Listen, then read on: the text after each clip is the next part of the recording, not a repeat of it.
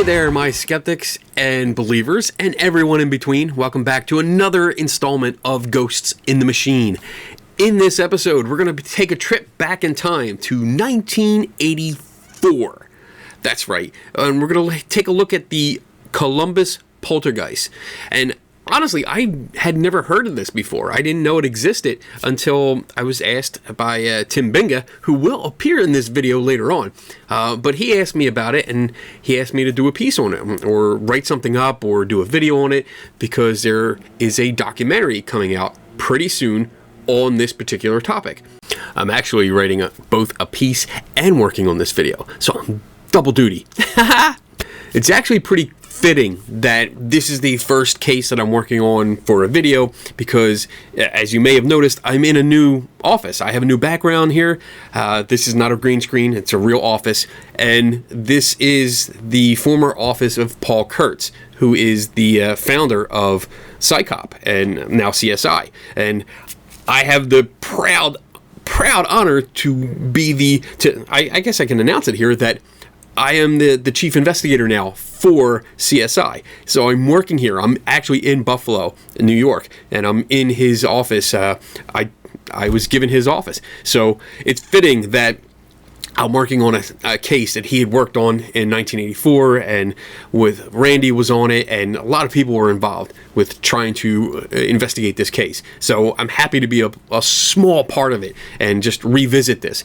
And as I said, there's a documentary coming out. It's supposed to be. It was announced in September of 2022 that there was a documentary in the works, and I know that the film crew had contacted Tim Binga here at the Center for Inquiry about the information that we had, because we have a bunch of files on it, like a lot of files, and they wanted the information. So I decided to dive into it a little bit, and doing what I do, I look at what's presented as evidence. I look at pictures and video and statements, and I ask questions.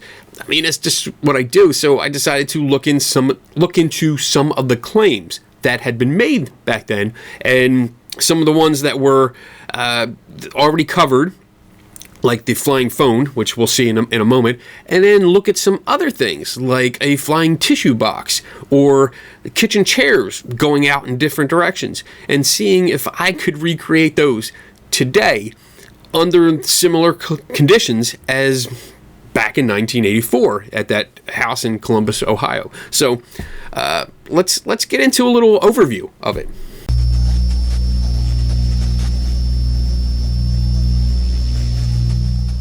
So back in 1984, on March 6th, a newspaper article came out in the Columbus Dispatch, and it talked about, the headline actually read, "Strange Happenings Unnerve Family."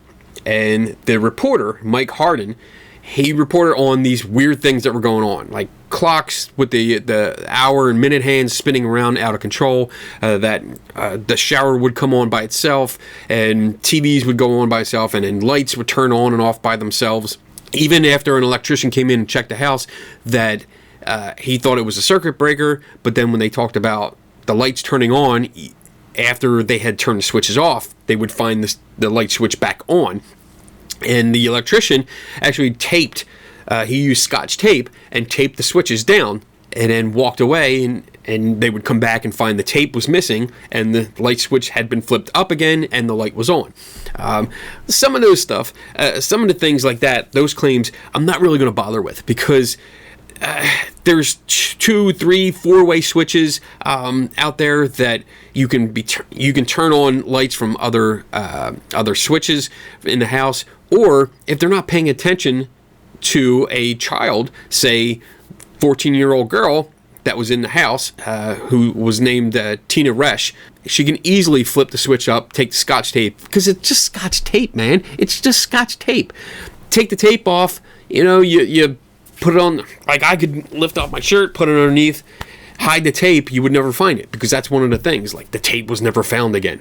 And I mean, once you shove it on the underside of your tape, or underside of your shirt, you could get rid of the tape later. So I'm not really going to focus on that stuff. What I am going to focus on is there a few things. There's a flying phone The kitchen tables that I said, the kitchen table chairs that go out, and then we're going to look at a tissue box that apparently had that stuck the landing after it flew across the room, and we're going to look at some footage that was found at the time that you probably haven't seen that shows Tina was cheating. I'm not going to, there's no real spoiler here because once you look it up, I mean, that's one of the first things you read about, that she was caught cheating. So let's just jump into some of the evidence. What are we going to start with first? Let's do the flying phone.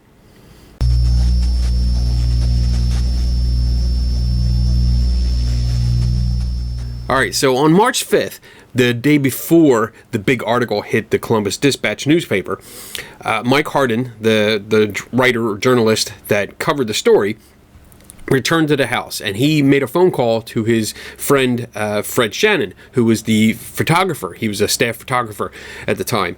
And so Fred came over with his camera, and they sat there, they talked to Tina, and they captured this photograph that had accompanied the article. And this photograph was shared all over the place. I mean, the photograph and the article was shared all over the place. I mean, didn't have social media in 1984.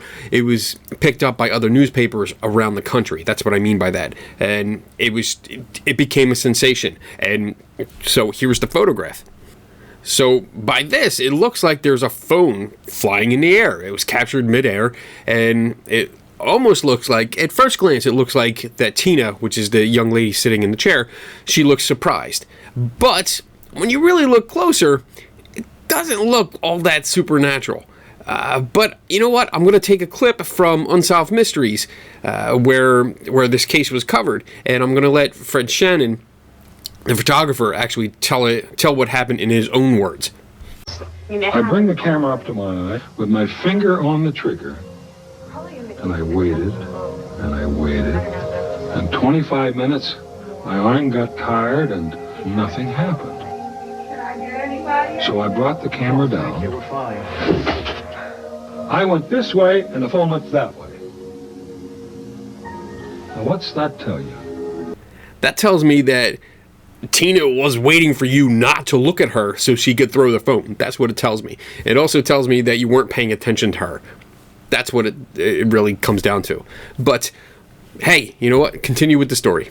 Tina, do you know what's causing this? Whatever this thing is, the force, or whatever you want to call it, it knew I had a camera. But the force did not want its picture taken. So at this point, I had the camera up to my eye about 5 minutes. And I very slowly, with my finger to the camera, my eye continues to go over. Bingo! I popped the trigger, and that's the picture the world saw.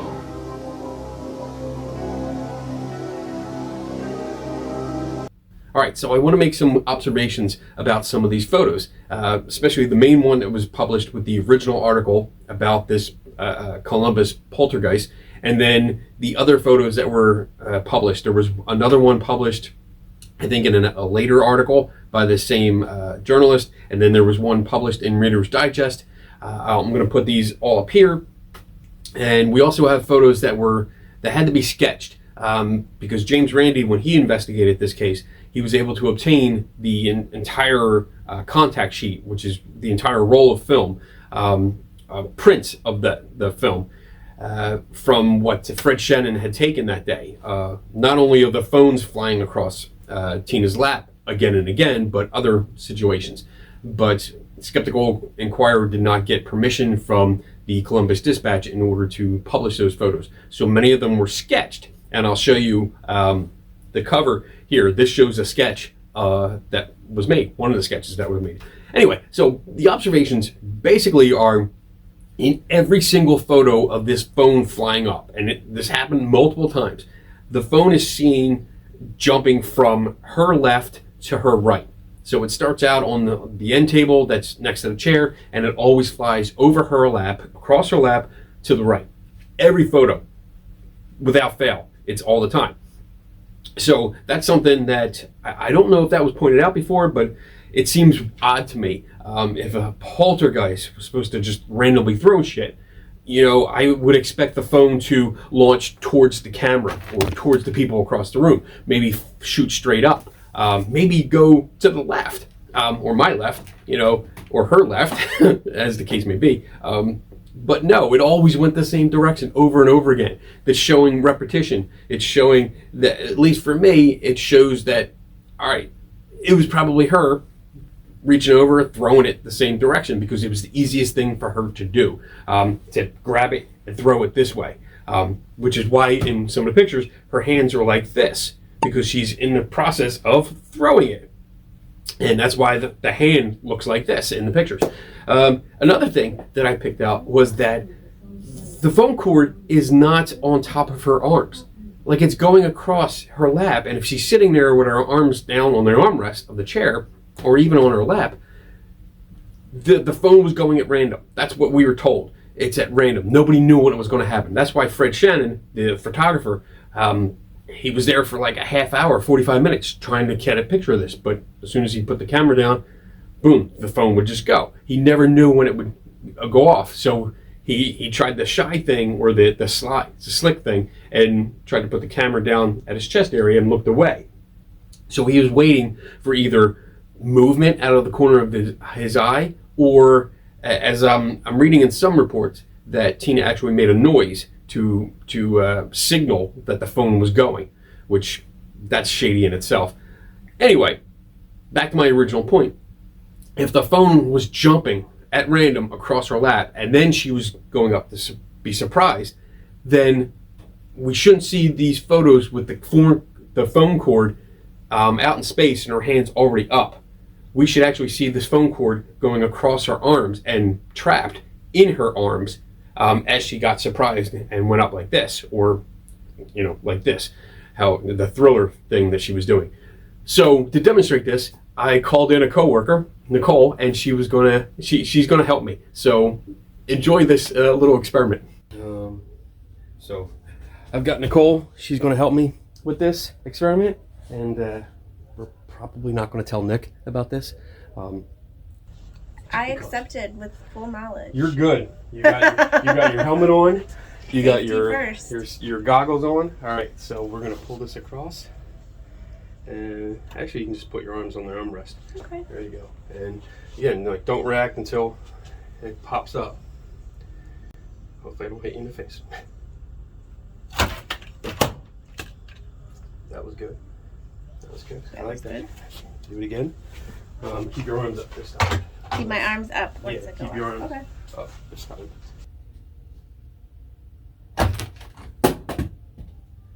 Nice. That's what I like to see. All right. That's it. See, that wasn't hard. I didn't hit you in the face. No injuries. No injuries. All right. I think we're good with that. I think it sufficiently shows that if, you're just sitting there talking to a reporter and a photographer, and the phone, which is corded, flies across you, repeatedly, that when you jump up like this, put your arms up in surprise or fright or whatever, that you would actually catch the cord in flight. Definitely, I have no doubt that's what should have happened, but because it didn't, that tells me that it was set up, that she was doing this. But let's try to recreate this. Let's try to recreate the original scene where someone is sitting in a chair and they have the phone, and when no one's looking, they're going to toss it, and we're going to take pictures. And for this, I recruited my wife, and we set her up. And yeah, she's holding the phone, but you have to remember, in this scenario, nothing happened when people were watching Tina. So in 1984, when this was going on, the photographer and the reporter would stare at her, but nothing would happen. But as soon as they would look away, that's when something would happen. So yes, you're going to see my wife repeatedly having the phone ready, and then she's going to count down because I've heard in several interviews, and I'll link one on the bottom here, where James Randi talked about interviewing different people, and then he found out that Tina would do a noise like woo woo woo woo or something like that, and that was the signal between her and Fred Shannon, who was the photographer, to take a picture. Something's happening. So we're going to recreate that. My wife is just going to count down, like ready, 1, 2, 3, or 3, 2, 1 or something. I forget what exactly she did, but she's going to do that and then throw it, and I'm going to just snap the picture. I'm going to have the camera down here. You're going to see it, and I'm going to snap the picture and see if we can recreate it. So let's go. 1, 2, 3. Ready, set, go. That was some good force there. Damn. That shit's like a rocket ship. Let's just keep doing it. A bunch. Okay. Ready, set, go. Go. Go. Go. Go. That was better. Go. Go. Go. That was fast, baby. All right, so that whole session took about a half hour to do, and I mean there was a lot of giggling going on. There was a lot of messing up because either she didn't throw the phone far enough, or she threw it way too far, or my camera didn't fire when I told it to. So it was a lot of fun messing around like that. But as you can see from the pictures that I'm posting here, that sometimes it looked like that I got it immediately after she let go of it. So it's obvious that she was throwing it and just tossing it to the side. And that coincides with the reports that we got from James Randi when he got the contact sheet from the Columbus Dispatch. And the photos that Fred Shannon took, I mean, some of the photos showed, according to Randi, that she was throwing the phone and it was just leaving her hand. There's other shots here where you can see that it's across the room. I mean, it's pretty far from her, and it looks really good. Her hands are up in the air. It doesn't look like she tossed it. And we can say definitely, I mean, I can say with confidence that it's definitely reproducible. I mean, Paul Kurtz did it back in the day when he put this picture up, put this out there, and we're doing it again. And it's just really easy to do. So I think this puts it all to bed. I'm not going to dwell on this anymore. The reason I did dwell on it for so long in this video is because that's the main focus of this case. And when everyone talks about this case, the flying telephone is the #1 thing.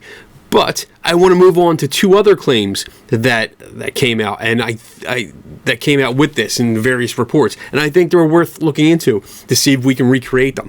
And so let's get into that.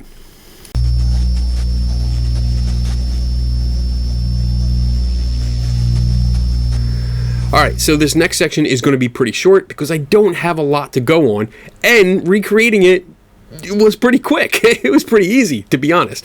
So let me give you some background. A few days after the initial article in the Columbus Dispatch talking about the poltergeist activity and all this weird stuff going on, so the popularity exploded. I mean, it went nationwide. Everyone was talking about it at the time, and it was a big deal. So the family decided to hold a press conference because there's so many people were coming to the house and asking to film and to get in and to do a report or an interview or something like that. So they finally called a press conference, and they had something like 25 people in this house, in this small house. So lots of cameras, all targeted onto Tina to see if something would happen. And of course, nothing happened. Even though they were only supposed to be there for an hour or two, they wound up staying, I think, for like 9 hours. And the family was getting frustrated. Nothing was going on. And finally, they decided to pack up. The news crews, they all packed up. And one of the cameramen, Drew Hadwell, he had taken his camera off the tripod. And this is what I think, because just judging from the different accounts and pictures that I've seen of the inside with the press conference, I think he took the camera off his tripod mount and put it on the floor, but he never turned it off, which is good for us, because in the few minutes after that, when everything was kind of still in chaos and nobody was paying attention to Tina, the camera caught something that really showed what most likely was going on. And I'll play that clip now.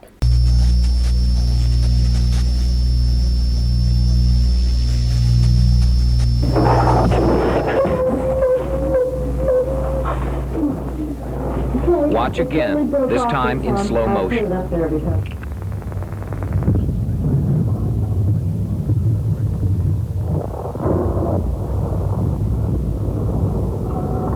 This is not the first time the camera recorded this kind of action. Similar movements occurred earlier. Again, in slow motion, we see Tina's hand hit the lampshade.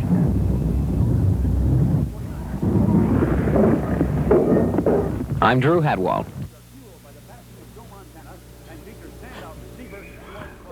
All right, so as you can see, she was caught cheating. And not once, but twice. And I love the anchorman's look, like when he looks in the camera. That's hilarious. It makes me crack up every time I see it. But anyway, so it showed that she was cheating. There was a news report later on, another article came out, and they interviewed Drew Hadwell, the cameraman. And he talked about catching this clip, and he was very excited because something had happened, and they ran back to the station. And you can see in the clip over here, when they got to the station, they clearly saw that she was pulling the lamp down. All right, so before we move on, I want to break in here because after I finished this video, I was already done and finished it, saved it, whatever. I was reviewing it and noticed something that I really needed to bring up. So when you're watching this news clip, they play two clips. There's two instances where Tina is caught cheating. She's reaching up and grabbing the lamp. So in the first clip that they show you, which is it's a later clip, there is nobody next to her, and it looks like there's nobody in the room. However, if you look right here where the arrow is pointing, that's somebody's foot. That's a shoe.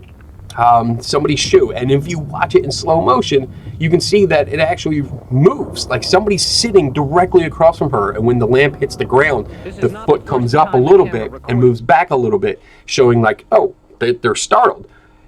And that's telling you that there's somebody right across from her, sitting right across from her, facing her, because they're sitting in a chair that's literally facing her direction, and they didn't see this. And in the next clip, where they say, oh, this wasn't the first time, earlier they caught more footage. The earlier footage shows that there is a gentleman next to Tina sitting on the couch on the phone, which is incidentally one of the phones that fly across her lap multiple times. But there's that guy. He's not paying attention because he jumps up and he's a little startled. But this same mysterious shoe that belongs to a person sitting in a chair directly across from her is also there. He's still there. So this is I mean, I'm excited about this because this demonstrates that there were two people in that room right next to her, one sitting right next to her on the same couch, and the other one sitting directly across from her, looking at her, or allegedly looking at her, but facing her direction. And she was still able to pull this off without anyone knowing until they reviewed the footage. So is sleight of hand something that should be considered? Abso-freaking-lutely. Abso-freaking-lutely. I mean, this demonstrates that it is possible and she could get away with a lot of this stuff. So if William Rowe in his book talks about there's no way that she could do sleight of hand because she was clumsy and this and that. I call bullshit, because this footage demonstrates that yes, she could get away with it. All right, back to the earlier footage. Let's continue with the video. This is where it gets interesting. It goes on to say that Hadwell was seated at the kitchen table with Tina, and all of a sudden the chairs spread out. And he's quoted saying, "I don't see how she could have sent them out in three different directions like that." And I saw that. I was like, wow, all right, so they're both sitting at the kitchen table and these chairs fly out in three different directions. So I wondered, can I do that? Can I make that happen? And I mean, usually when I see this on like TikTok or YouTube or something like that, I think, oh, they're using fishing line, they're using string, something like that, or somebody's underneath the table. I couldn't do that this time. I couldn't recreate it like that because there was a house full of people, and they would have noticed if she was tying stuff onto the legs of the chairs, especially 3 or 4 chairs. And then if somebody was under the table, they would have noticed that too. At least I hope so. So I had to figure out a way to sit down and make it happen, just with no accessories at all. So that's what I did. So take a look. See if I can move these chairs 3 different directions just by myself. Imagine talking to somebody, like, hey, what's up? How's it going?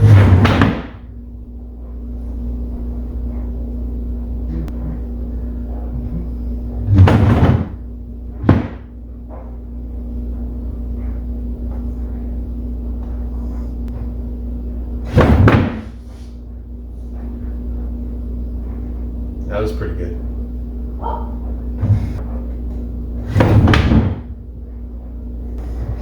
Okay. I'm sitting here like this. Not too bad.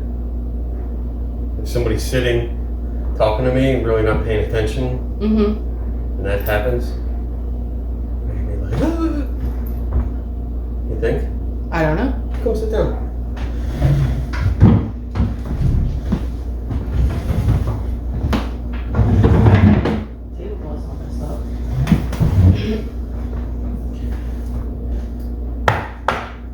Talking,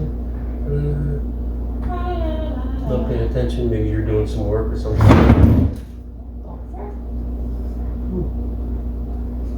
It didn't look like you did anything. It didn't look like I did. I wasn't watching you, but Well, that's that's the point. Yeah, just chatting. Whoa! See that? Shit. That look good? I mean, from your perspective? yeah, I mean I know where you're going, but Okay. I didn't. That was good. I like that one. If I could get it down. You can get that one to go more. Yeah. I mean, this is all spontaneous too, so it's not. It's like I don't know if she planned it, or just sat there and was like, all right, I can do this, and I'll just wait until somebody's not looking and stuff. Well, I mean, that's what she was doing. yeah. Every time somebody wasn't looking, That's when that's things when happen. she would like that. See, that was good. But yeah, if you're not I don't looking know. Daddy's freaking you out. We freaking out the at me, dog. all right, that's good. Freaking All out. right, so that was pretty simple to do. Honestly, all I did was sit down and I kicked 2 of the chairs. The one was in front of me. The second one was to my right. I kicked those with 1 foot, my right foot, because the legs were actually together underneath the table. So it was easy to kick those really lightly, wasn't that big a deal. And then the other chair that was next to me, I did that with my left foot, and I had that opposing motion going on, and that's why I think I could stabilize my upper body and look good. Plus I had my arms on the table and I was just kind of bracing myself. So whenever my wife that was in the video there, whenever she looked away, whenever she glanced like this, like away, that's when I did it. And from her perspective, she didn't see a thing. She didn't see me jerk around. I mean, if you study the video clips and look at me, yeah, you're going to see some movement, but she couldn't catch that. And again, the cameraman that was sitting at the table with her, with Tina, he probably was not paying attention. He was writing stuff down, or maybe cleaning stuff, or packing things up, breaking his camera equipment down. He was not paying attention to Tina, and it was a perfect opportunity for her to just kick some chairs. And it may have been something she's done for weeks or months, or as long as she can remember, and she just knew how to do it because it's her house and her table, and she knew what she was doing. So I think this is the bed. I'm not going to waste any more time on this. Now I'm going to waste a bunch of time on a tissue box. So let's take a look at that.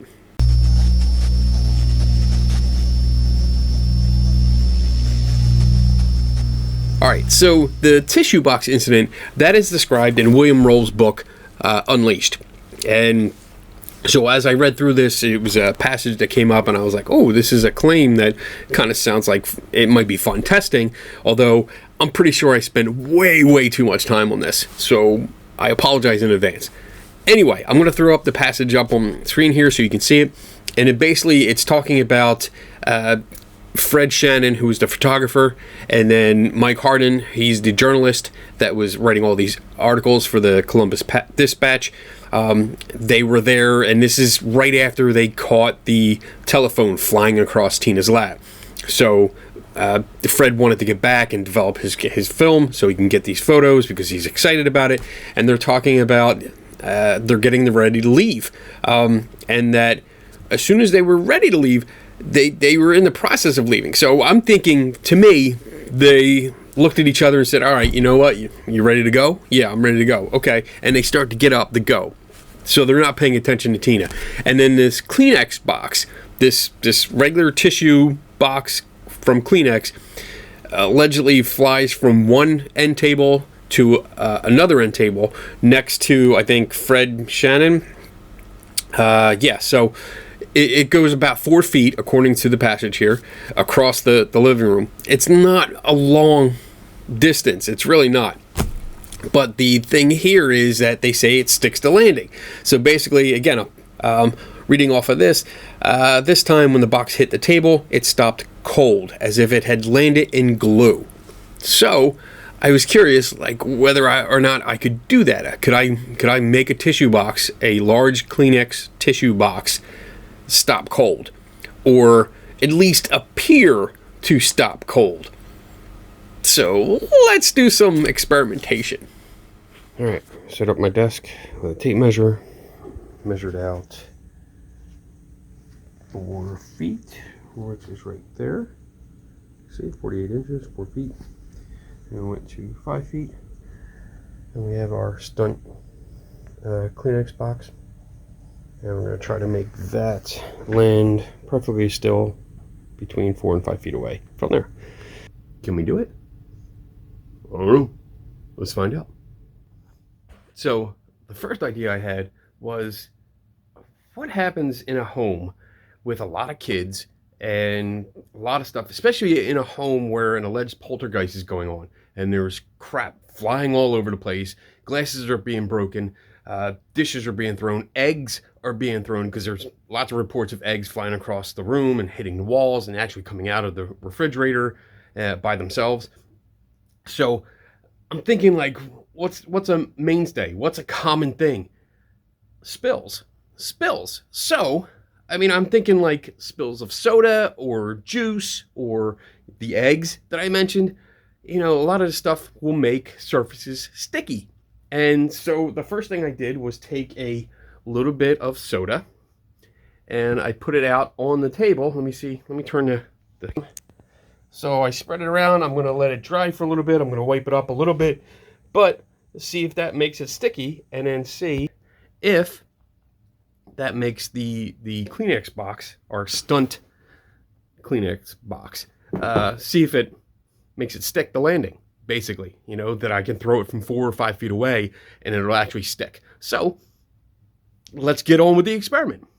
All right, so I got it set up. I have some sticky areas and I have some still like fresh spills kind of thing, like little dabs of soda, just in case, because I mean, I don't know the environment, and yes, I'm speculating, but I'm speculating that in that environment in 1984, in that house that had a lot of activity going on, especially with people being there, that you might have tables or end tables that were, you know, a bit sticky because they had spills that weren't cleaned up right away or something like that. So I'm going with that idea. I'm also going with the idea that the two people, so the reporter, Mike Harden, and the photographer, Fred Shannon, were not paying attention.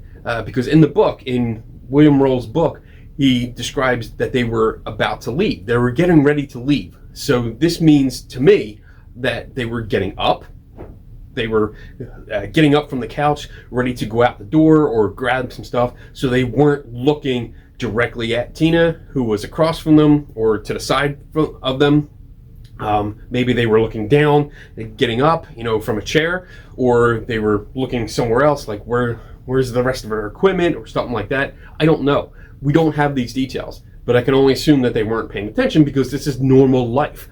You don't pay attention to somebody all the time, especially when you're ready to leave. You're getting up to go. So with that in mind, I'm going to try to throw a Kleenex box, a large Kleenex box, which I dubbed the stunt box, and we're going to see if it sticks the landing or gets close enough that by the time you look at it, because when you hear it hit, by the time you look at it, it stopped. And that's another thing. I don't know if they were directly looking at the area where the Kleenex box stopped. We don't know that.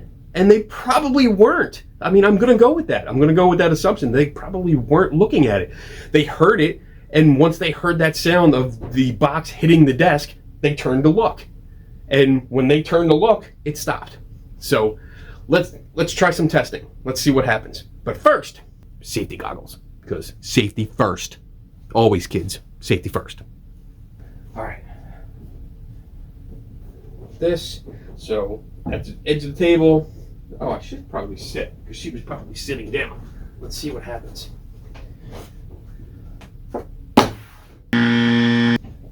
Not great. Try again.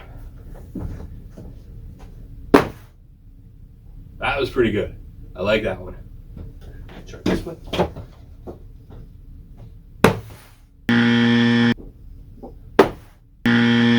I think I need a witness. I think I need somebody that will sit here and be a witness. It's time to enlist a volunteer.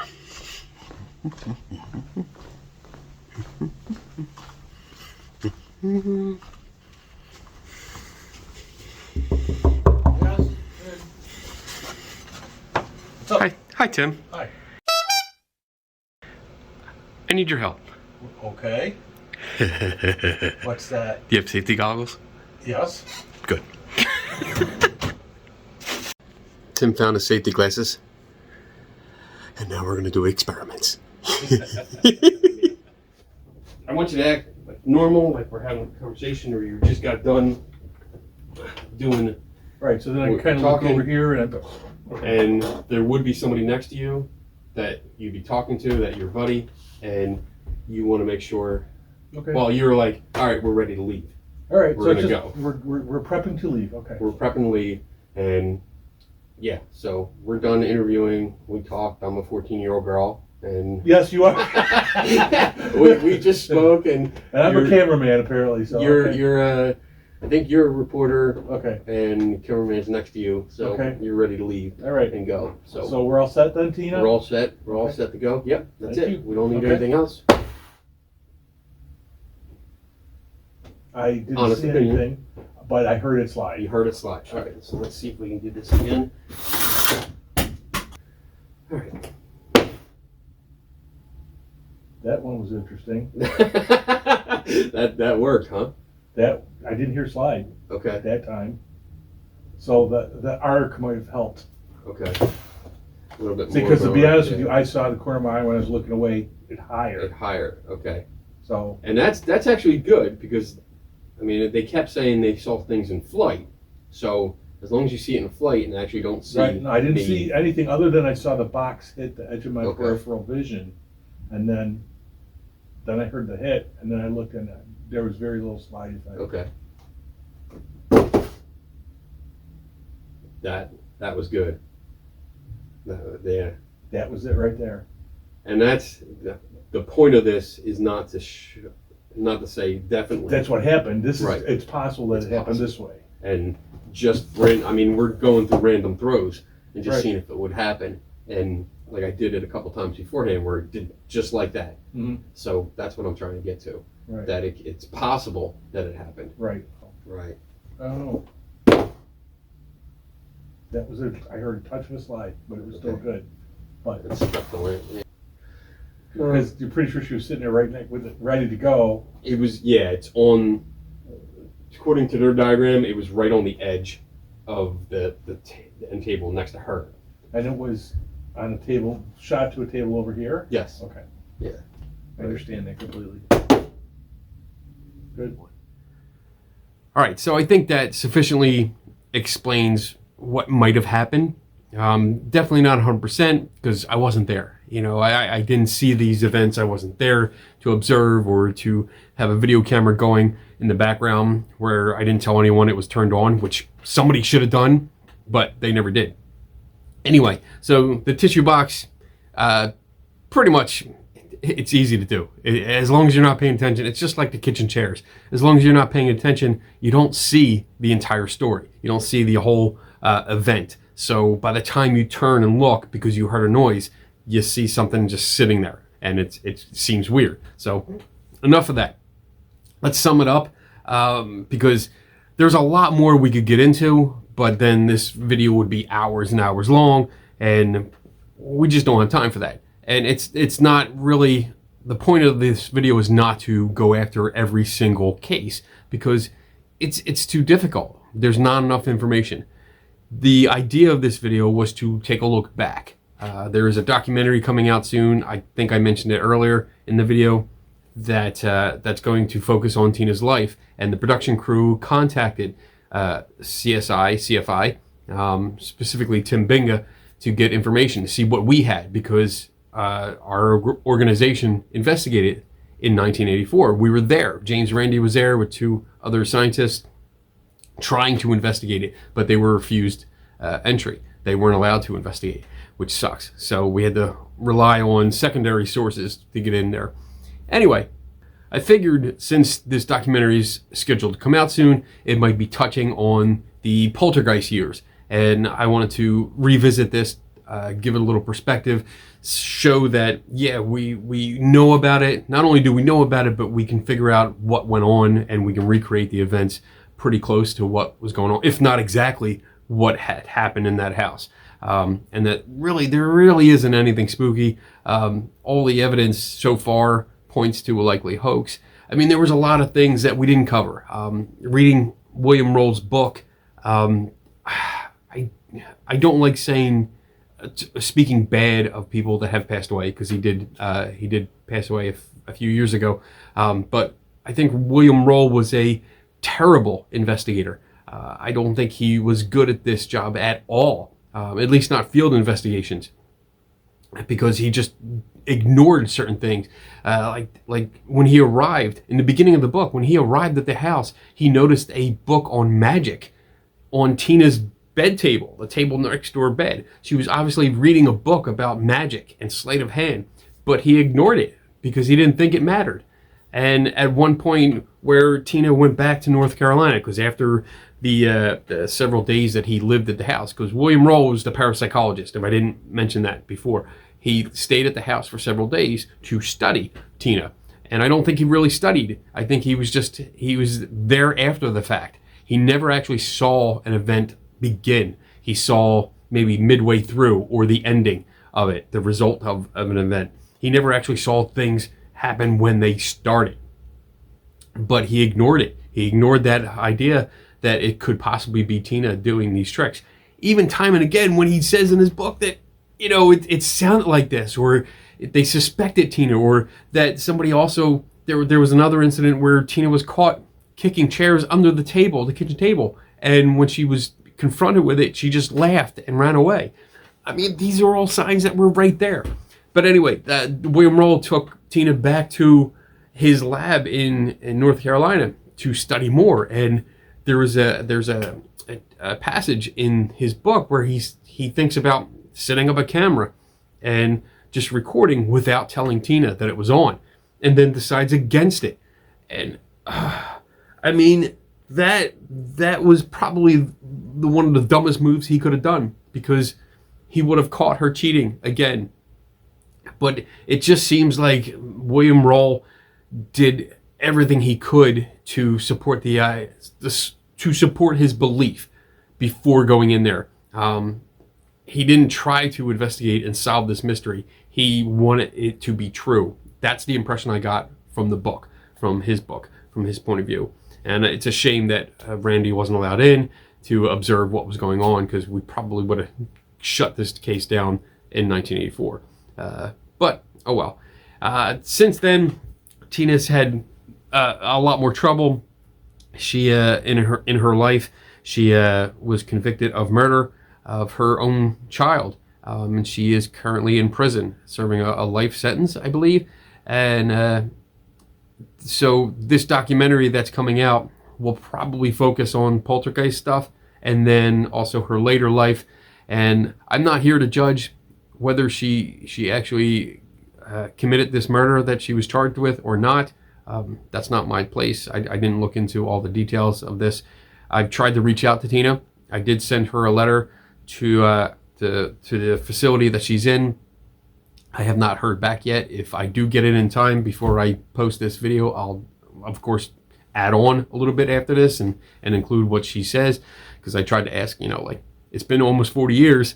Do you want to fess up? Kind of like I didn't say it exactly like that, but that's pretty much the gist of what I was saying there. So anyway, that's it. I hope you enjoyed the video. I hope you enjoyed the experiments and got a kick out of some of the things we did and learned maybe, hey, if something like this comes up again in the future, you have something in your mental inventory to fall back on and say, oh, you know what? I saw Kenny and like Tim and Donna and Nicole, they all did these experiments. I think I can do this and apply this to this. Hopefully you learned something. So anyway, that's it. I'm out of here. I'll see you next time. Bye.